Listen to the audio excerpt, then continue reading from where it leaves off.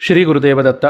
Astro trading के बारे में जानते हुए, एस्ट्रोलॉजी और ज्योतिषी का आधार बनाते हुए स्टॉक मार्केट के बारे में भी जानकारी, कैसे ग्रह स्थितियों का चाल मार्केट को बदलती है और मार्केट को कैसे समझना चाहिए, इन दोनों को अलग अलग से सीखेंगे और दोनों एकत्रित करके ही अप्लाई करने का प्रयत्न करेंगे।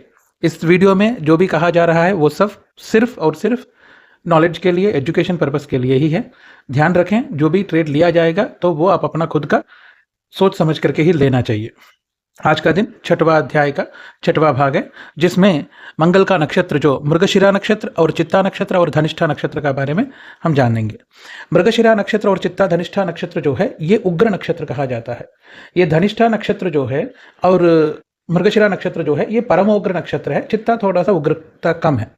इन तीनों नक्षत्र वाले जो भी रहेंगे, थोड़ा सा अस्वाभाविक क्रोध ज़्यादा रहता है। अस्वाभाविक क्रोध कहा जाता है, जैसे स्वभाव के रूप में क्रोध रूप नहीं रहती है। कभी इनको क्रोध आया तो ऐसे पागलपना का क्रोध भी ज़्यादा हो जाती है। चित्ता नक्षत्र वाले को सिर्फ क्या है, वो लोग क्रोध को अपने अंदर बंदी बना करके रखने जैसे अपने अंदर दबा करके रखते हैं। बहुत सोच समझ करके, स्लो पॉइजन जैसे सालों के बाद उस क्रोध को वो लोग उगालते हैं। इनका ये दुख होती है। इन लोगों को क्रोध कंट्रोल करने के लिए भगवती का प्रार्थना करना चाहिए और मेडिटेशन बहुत करना चाहिए। और कई जगह पे तो इनका क्रोध ही इनका स्वाभिमान को बढ़ाती है, सेल्फ रेस्पेक्ट को बढ़ाती है, जिसके कारण ये सक्सेस होने में बहुत जल्दी मार्ग तैयार कर देते हैं। तो इसलिए ये मृगशिरा, चित्ता और धनिष्ठा ये तीनों नक्षत्र वाले अपना प्रयत्न पूर्वक क्रोध को कंट्रोल करना सख्त जरूरी है, क्योंकि मार्केट में एक चीज़ है जिसको कहते हैं रिवेंज ट्रेडिंग। वो क्रोध में आकर के लेते हैं लोग। एक बार लॉस हो गया तो दोबारा उसको कवर कर देते हैं, दोबारा उसको कवर करने का कुछ ना कुछ कर ही देंगे, कोई दिक्कत नहीं है। ये इस सोच से चले जाएंगे मार्केट के अंदर तो और डूबने की संभावना हो जाती है। और एक जगह पर क्या होता है, कहीं अचानक होती है एक्सपायरी का दिन, 20 रुपये का चीज़ 100 रुपये हो जाती है। तो 20 रुपये में ये लोग खरीदते हैं, परंतु 30-32 रुपये में बाहर आ जाएंगे। फिर उसके बाद वो जो ऑप्शन है वो 100 रुपये 200 रुपये तक जाती है, तो ये लोग दुखित हो जाते हैं। पहली बात तो दुखित बिल्कुल नहीं होना चाहिए, क्योंकि आपने 20 रुपये का 10 रुपये कमा लियो, सबसे बड़ी कमाई है वो जरूरी नहीं है। कभी गलती से आपने छोड़ दिया, वो 200 रुपये या 100 रुपये पहुंच गया, वो मिल गई तो भाग्य है। इसका अर्थ ये नहीं है आप उस पर दुखित होना पड़े।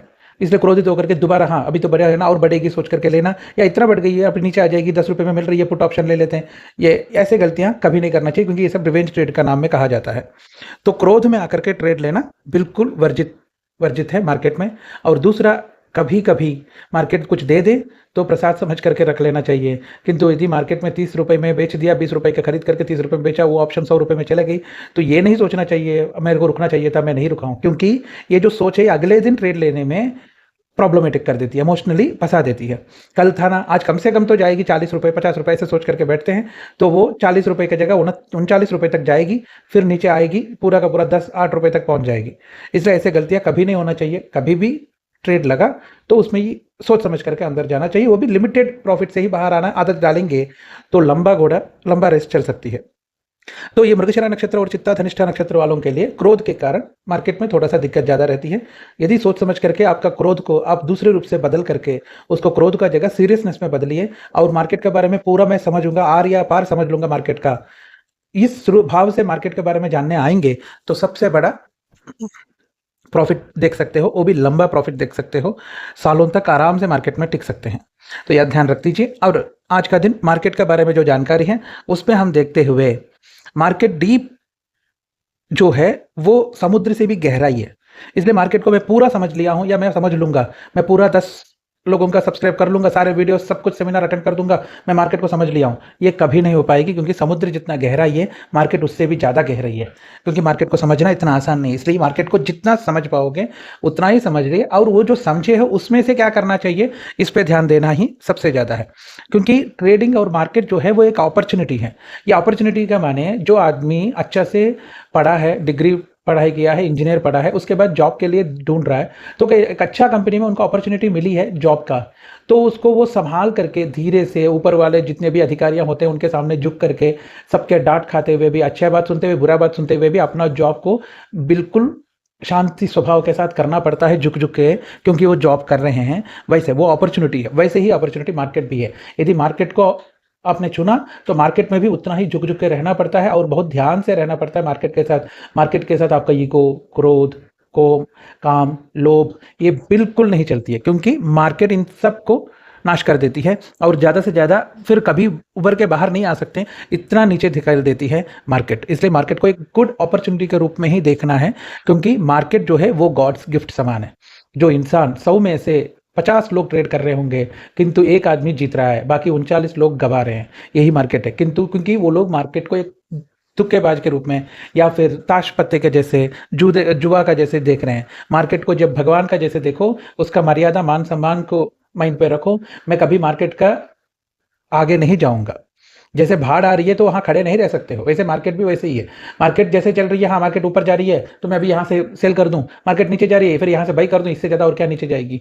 ये बिल्कुल भी नहीं सोच आना चाहिए, क्योंकि गॉड्स गिफ्ट है, प्रसाद है। प्रसाद को जैसे थोड़ा ही मिलती है और थोड़े से में पेट भर लेना चाहिए, वैसे ही मार्केट भी जितना देती है प्रॉफिट, थोड़ा प्रॉफिट में बाहर आओगे तो लंबा समय तक मार्केट में टिके रहेंगे।